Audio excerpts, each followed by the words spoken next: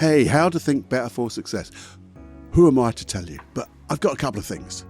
Just got a couple of things that I know that if you did them, you would create success for your life, and those dreams and goals would become your reality. And it all starts with stories, because we love a story. I got 2 or 3 of those. So come and dive in with me and learn, or just sample a few ways of thinking better. Warning. Warning. Warning. Warning. You are entering into the unplugged mind of Paul Clough. Too late. Personal Development Unplugged.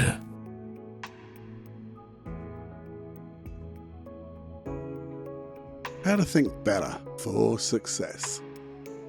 Thought about this and I made loads of notes. And then looking at my notes again, I thought, and then he swore, who am I to tell people how to think better? Now, I do think I've got some things to share. And it's not the only way, but I do think I'm on the right track. If anyone's listened to Jordan Peterson, I really think he's got it when he thinks writing is thinking. Because if you think about it, if you didn't think when you wrote, you just have a mass of lines everywhere, and that'd be crazy.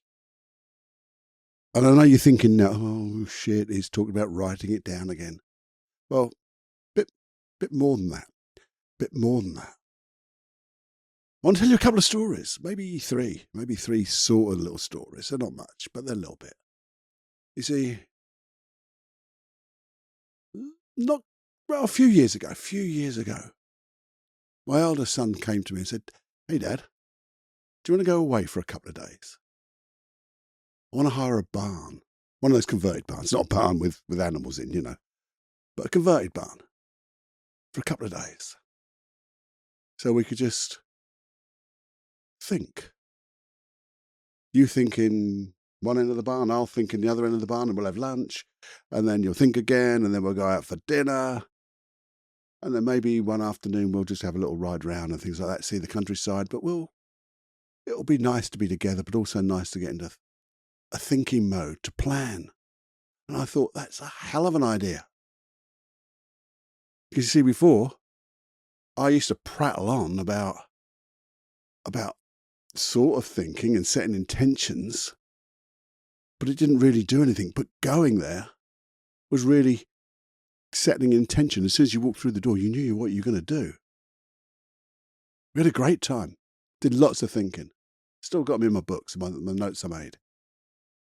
And so did he. And it was lovely to be with one of my sons, just for a couple of days by ourselves. Awesome. And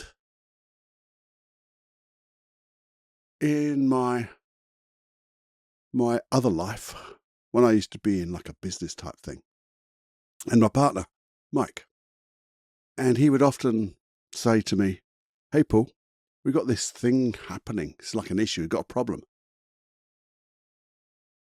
Go away for a little while and think of how you think we could tackle it. Now, I'm an options man.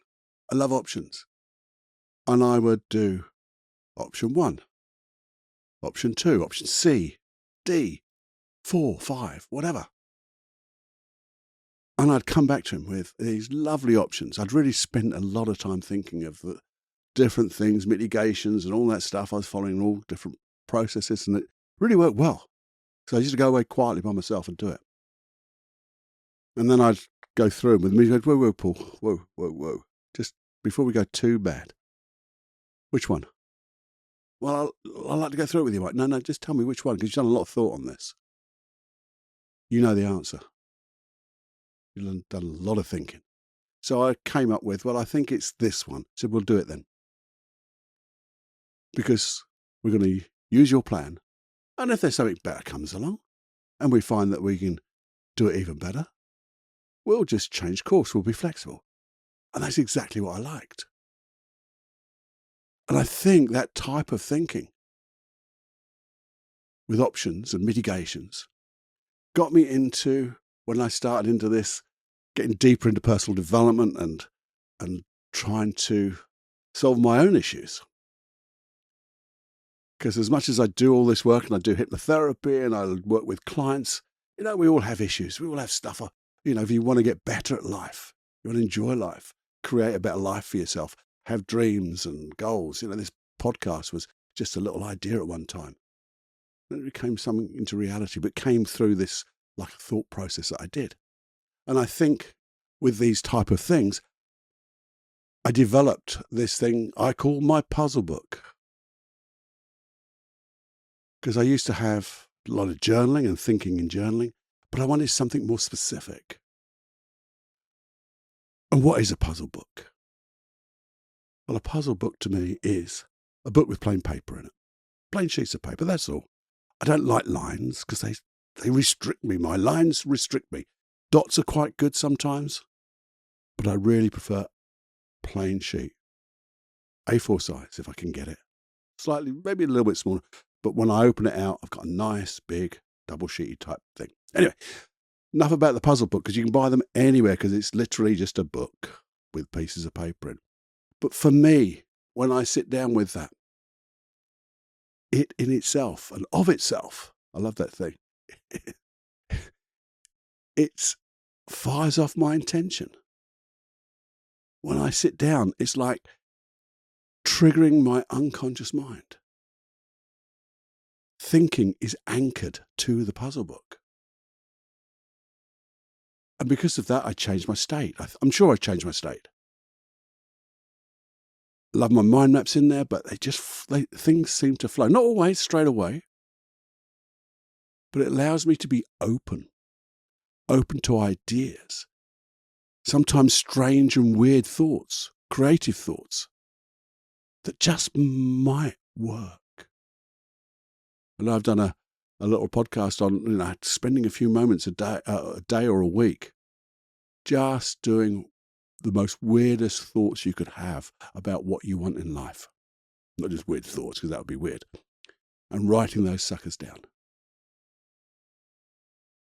And that's the whole point about this puzzle book. You write them down. And you just spend time. And I know I made a note that the previous longer podcast about thinking about your hero, becoming your hero, the best version of yourself, getting more, something you can get hold of, something you can see more clearly. That came from just someone mentioning something, then me going into the puzzle book. And it just exploded into thoughts. And I got more clear. So if you look at, be your superhero or be your hero, something like that. It's only a couple of podcast episodes back. That came from that. But when I thought about it, virtually everything I've talked about seems to come from either my puzzle book or my journal. And what are they? They're all sitting down, thinking and writing. Writing is thinking. And it's a wonderful habit to get into. And as I said, a lot of my writing can be just in the form of a mind map, which explodes in my mind sometimes, giving me all the different options, different thoughts, and I can develop them. And I say it just allows me to see options, taking time. But I know what you're going to say. Well, not you personally, because I know you're in here for the long haul. But there'll be some who will say, "Oh, Cluffy, I haven't got enough time. I haven't got enough time to sit down and think." And that's bollocks. It really is. It's a load of old balls. That's just a petty, flimsy excuse. It's for wimps. It is. It's an excuse. People think. I think they haven't got time. And you see, if you believe that, and you haven't got time to sit down and think about things, what happens? And I made 2 or 3 notes about this. They just react. They react there and then. There's no thought at all. React without thought. There's no plan. There's no plan of any kind. In fact, it's just a reaction, isn't it? Just a reaction with no real intention.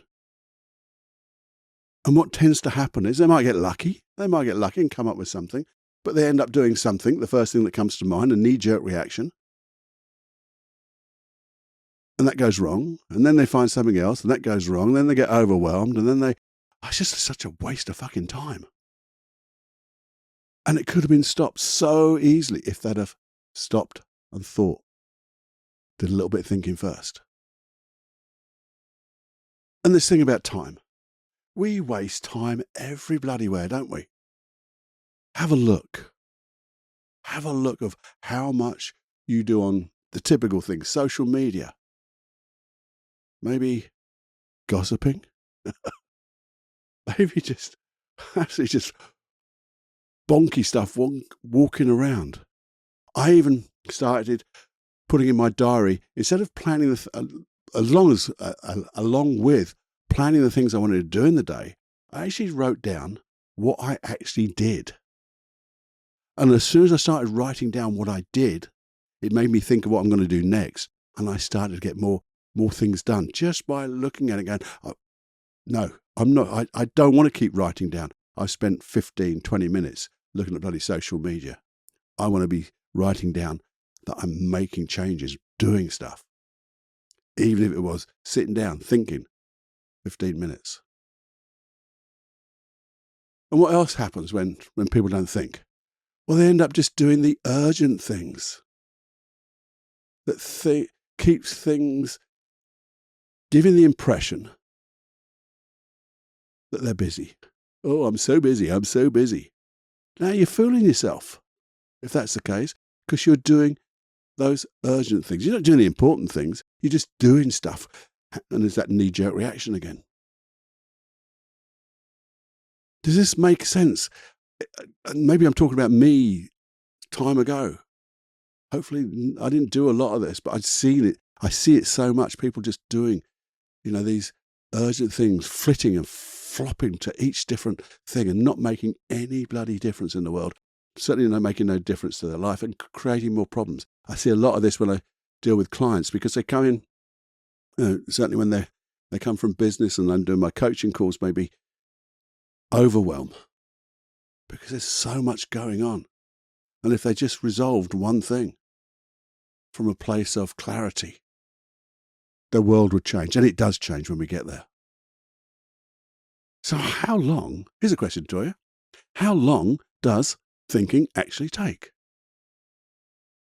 I've got you thinking now. How long did that take? I didn't plan that. That just came out that way. But thinking can be as much as 5 minutes, where you just stop and pause. And you think to yourself, what am I going to do next? Is this going to make my life better or worse? What a wonderful question. Because then you can go, actually, I need to stop and think maybe a little bit deeper about this. Because I don't know. Maybe you don't know the answer. I don't know if it's going to it seems to think I'm going to make my life better. But on the other hand, but at least that stopping and pausing has got you to think of, what would make my life better? If this is going to be it, how can I do it? Lovely questions again. But you're writing these things down. Because if you just sit there and think about it, great start. But then someone goes, hey, did you want a coffee or did you want this? And you go, oh yeah, they're great. How you been doing? And it's all gone. Those thoughts are gone. And you're back to reacting, doing the urgent stuff. Now you could actually just put 10 minutes aside, allowing yourself to be open with the intention of thinking about a particular subject. So you got that first one is something happens, so just stop before you react. Have a little field book in your pocket or something like that, or just a piece of paper, scrap of paper, just some notes. But 10 minutes to think about something more specific. So you're getting close to that puzzly book type thing. Because that's the next one. I think sometimes let's talk about me again. I love sitting down for about 30 minutes with a puzzle book. And it's not every day. I don't do it every day. Do it at least once a week, I think, on things that I find that are important to me. They haven't got urgent yet, but they are important. And I might sit down for 30 minutes. Might be less. But the mere fact I get that puzzle book out again, it says it fires my unconscious mind because I have an intention. And you see, When you think about that 30 minutes, that's nothing compared to that bloody time that you waste on that social media, on gossip, on just simply doom scrolling, all that stuff. And the thing is, when you're not wasting that time and you're doing it, it's just an investment in you. And it's such a small investment that has such a high return. The return on your investment, the ROI, return on investment, I think that's what it was in business, is so high that you can't help but being more successful.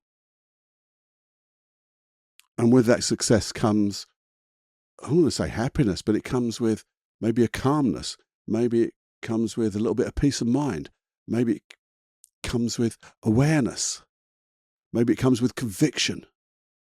Maybe it comes with an expectation. Because you know what you're doing. You get, from that, you get confidence. And when you do this, and here's the kicker, your unconscious mind can start to think, hey, this is a safer way to be. Because we are creating a world, a life for ourselves with less stress. We're dealing with stress before it becomes stressful. We're dealing with anxiety before we become anxious.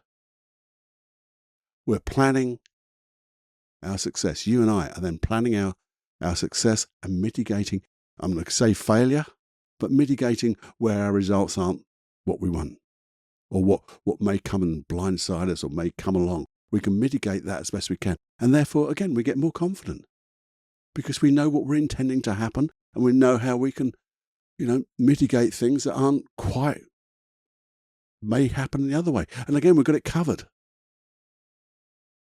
And your unconscious mind goes, this is a great place to be. And it only took 30 minutes. And we weren't going down the route of doom scrolling, gossiping. And that's great to communicate.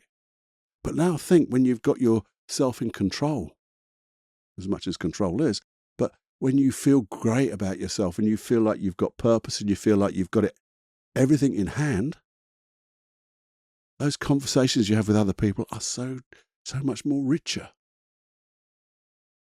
So I've got a challenge for you. Get yourself a bloody puzzle book. Now, you're going to get those excuses. I don't know where to get one. You talk about a field book. What's a field book? A field book is just a small little thin book. Have a look on places like Amazon or eBay or whatever. They're cheap. Or you can get a larger book and call it a puzzle book. How much are they? Then they're peanuts. A few dollars, a few pounds. When I say a few, 1, 2 or 3, you don't have to go mad because it's a plain book. Or I nearly swore, but just get a piece of paper. Pinch some out the copy machine. Anything. Piece of paper. Get a pen, pencil, whatever you bloody like. And I want you in your diary. Oh, I haven't got a diary. Well, get a bloody diary. Page-a-day diary. That's all you need. I have one with times on it so I can really block it out. But I want you to block out some 5 minutes and some 10 minutes for thinking time. Daily, every day, at least a 5 minute or I would suggest a 10 minute. Because once you get into it, you'll want to spend longer than 5 minutes. But 10 minutes is something where you go, well, I can put 10 minutes aside because I'm going to have my cup of coffee. I want to just sit down the first thing in the morning, sometime in the day, my lunchtime, my break time, anytime on my commute, unless you're driving, of course. And block it in your bloody diary. So before you start the week, you know roughly what you're going to be doing most days. So block it down. You can move them around a little bit, but once they're blocked in, you have to do it. And block in 30 minutes. Time for yourself. Time to create success. Time to think. Time to really get deeper into a specific issue, a specific thing, a project that you want to just solve, resolve, get better at. Maybe learn it, because they don't have to be all issues, do they? They're things that you might want to learn. So how can I learn this? And when you sit down and think, that's what one of the questions just jumped in. What do I need to learn? You ask yourself questions. You write those questions down. What do I really want? Is it going to make my life better or worse? How can I make it better? What do I know already? What do I need to know more of? All these wonderful questions. And questions go on forever. There are so many people now who have questions that are so brilliant. Tim Ferriss has lots of questions. And I love his questions, and they're very closely aligned to the type of things that I would ask myself. And what we could do. Because I always threatened to write a book about just the questions you ask yourself, but I thought that was a bit pretentious. But we could do another podcast episode on the type of things you could do in that 30-minute session, the type of questions you could ask that would get your unconscious mind going in a direction to find the answers. It's because you write these down, your unconscious mind goes and finds the answers. And the beauty of this, you sit down for 30 minutes, you might not get everything done that you wanted to. They're open questions. You haven't maybe found that answer yet. You've thought of some options, but you're not quite sure. One of the old Cluffy guarantees is you'll go away, you'll close the book, you'll go away, and you'll come back and you suddenly go, and you'll have that aha moment. And you go, where's my book? I must make that note down. And you can't find that, so you put it in a little piece of paper or your field book, and then you come back to your thinking book in that. And it just, because it's written down, you can always go back to it. And it gets richer, and it gets more inspiring, more intuitive, and it gets you to start to dream and think without you really sitting down hard, because you're just going, becomes a habit. That ideas muscle starts to really get strong. You begin to resolve and solve whatever you need to solve and resolve. I hope this has made sense, because to be honest, I always try to think of the meta side of all of this. What am I trying to do? And I'm really it's a reminder that, to me anyway, that there's so much more that you can find, and it's all in you. And there's so much more of you to find and to keep it, put it on paper. And I think it just makes so much sense. I'd love you to think, well, that makes sense. I'm going to do that. Take up my bloody challenge. Take up my challenge and find out. You see, I believe this is where your dreams are formed, and then they're made, and then you plan them. And then you begin to schedule. We've got that bloody diary again, haven't we? And then we start scheduling the stuff. And then we review the week, and we review our plans. And without that puzzle book, without that diary, without you consciously committing to this, your life might just stay the same. And I don't want that for you. I want your life to get so rich in every way, shape or form. So colourful, so exciting, so passionate, with wonderful emotions. And I know you might be thinking, yeah, you're bigging this one up, Cluffy. I don't think I am. I really don't think I am. It comes from these simple little things. In simplicity, there's fucking genius. And this is so simple. Take up my challenge. Go on, I dare you. And then when you do, let me know how you got on. Always love your feedback. Hey, your feedback might be, Cluffy, you're not swearing enough. Sorry, I have started swearing a bit more in here. But that's because I'm getting more passionate about some of the stuff I'm talking about now, I think. And it's me. But hopefully that's okay. But do email me, feedback@personaldevelopmentunplugged.com. If there's any of those questions, you go, well, I'm sitting down, but I'm getting a bit stuck. Let me know what you're getting stuck on. I'll find something that will take that unstuckiness away, or that stuckiness away. I promise. I will. I can. And that's what I do. Please do that. And maybe get somebody else on the challenge as well by sharing this episode. Let them know. It's just a thinking thing. And it is only thinking better. Because that's what you do, you think. So you might as well use that skill of thinking and get it better. Get that muscle really pumping. And when you do that, people will see you and they'll go, shit, look at them. Look at them go. I can do that too. You inspire people. And you'll never know how far the ripples of that change go. You really won't. But you know you're creating that change in you and other people. What a wonderful thing to do. All because you listened to Cluffy and you did that 7-day challenge. And you continued listening. And you continued to subscribe, because if you haven't subscribed, why the not? Please press that subscribe button. But the feedback is great. I'd much more prefer the feedback. But I'd like to subscribe too. Okay? Anyway, that's all there is. Go away and have a think about thinking, and then take up the challenge. I dare you to create your dreams and the life that you really want. Time to fly. Bye.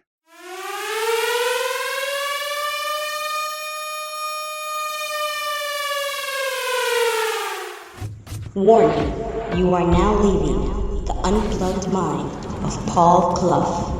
It's time to fly on your own. Be brave, my friend. Personal Development Unplugged.